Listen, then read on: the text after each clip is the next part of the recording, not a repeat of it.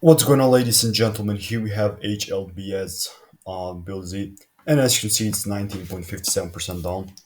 This is the weekly time frame. Now I'm going to go straight to the 4 hour because yesterday I said if ever there was something like a move to the downside there, I will be considering those upside moves.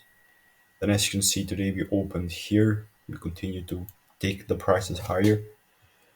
So at some point of the day, we were up around 44%. Now we're only 20, which is not that big of a deal. Again, I'm still aiming for this supply area on me, and I'm gonna see what we're gonna be doing there. Because do you know what could easily be happening? We could be just coming into this area and then continuing still to come lower. Because on the higher time frame, we're just in this big downtrend.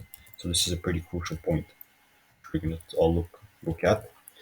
Also, for right now, we're just, let me go to the 1 hour and see what we actually have right here. 30 minute. So on the 30 minute, I like the range. I like this range right here. If the price comes in here, I will be looking for this to just continue and make new highs. So this is going to be my opinion. Have a wonderful day and goodbye.